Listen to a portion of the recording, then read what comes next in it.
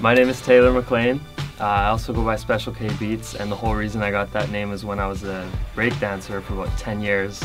I was actually named B-Boy Cosmo, and I spelled it with a K and a Z, like Cosmo, and then someone just called me Special K, and I was kind of like, oh yeah, that sounds actually kind of good. So then it actually became like my producer name, and I just added the beats on the end when I started making beats.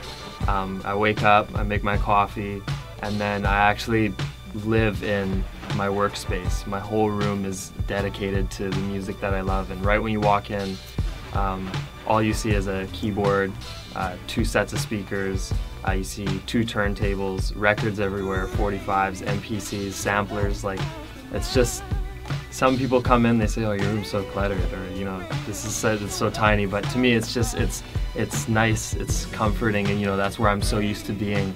I was always more into hip-hop just because that's the music I grew up on. So I always wondered how they were getting those sounds, how they were getting those jazzy sounds, those funky sounds. I didn't know, were they creating it, were they taking it, what was going on? And I always loved DJing too, like I always loved seeing DJs, so I just always was surrounded by hip-hop, which led me into other genres, but hip-hop was kind of where it all started for me. When I was making music, it was more of just me doing it for me at the start. Like, I didn't want to release it, I didn't want to, you know, put it out on the radio, or I didn't have any of these big dreams of becoming like a big producer or anything. I just wanted to make it to show myself that I could experiment with music and try something different and make all these ideas I had floating in my head since I was a kid. And then just to show my buddies and be like, you know, something cool I was doing yesterday, you know, how do you like it? You know, I'm trying to do my own album that has, you know, maybe some verses from me, and it would just be like a really old school album of, you know, basically a reflection of myself and growing up. And, you know, I would hope that people find, you know, more things about themselves that they get happy about, things that they can do that, you know, make their life a little bit more special than before. And whether it's a girlfriend or whether it's a job that you have or anything like that, it could be music for me, that is, and it's my girlfriend and my family and everybody. So I'm just being that perfectionist guy right now. That's why I haven't done too much info about the album, because I don't know what I'm going to do yet. I'm just, every time I make something new, I go, oh, this is way better than what I just did. And I'll make something again, I'll say, oh, forget that last one, this one's better. And I just keep doing that, and it's becoming, you know, it's becoming like a domino effect. It's just really bad that I'm being a perfectionist, but I need it to be up to my standards before I put it out. I love it here. I love it for the fact that, you know, it is my home. I know where everything is. I know which, you know, all my friends are here, all my family's here. Everything I need in life is right here. I just would really like to experiment a little bit more with some of the artists in different cities.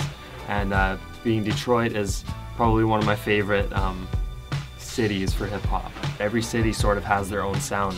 And I just feel that Vancouver has too many people that are trying to sound like something else, rather than just sort of reflecting their own sound into it. And I noticed a lot of my friends were going to parties in high school, and you know, I had gone to like 1 or 2, but I didn't really enjoy myself. Every time I was there, or anytime I thought about it, I just thought, you know, why would I be out there doing something that I'm not really interested in doing when I could be at home doing what I love and making music? And I would love to, you know, be a part of creating a really interesting movement in Vancouver. And I'm not trying to do it for anybody else, because really at the end of the day, if music didn't make me any money, I would still be doing it until I die. Like, it's not gonna just be one of those things where I say, oh, you know, I don't make money off of it, so I'm not gonna do it anymore. You know, it brings me happiness, it brings me joy in life, and it really makes me a spiritual person.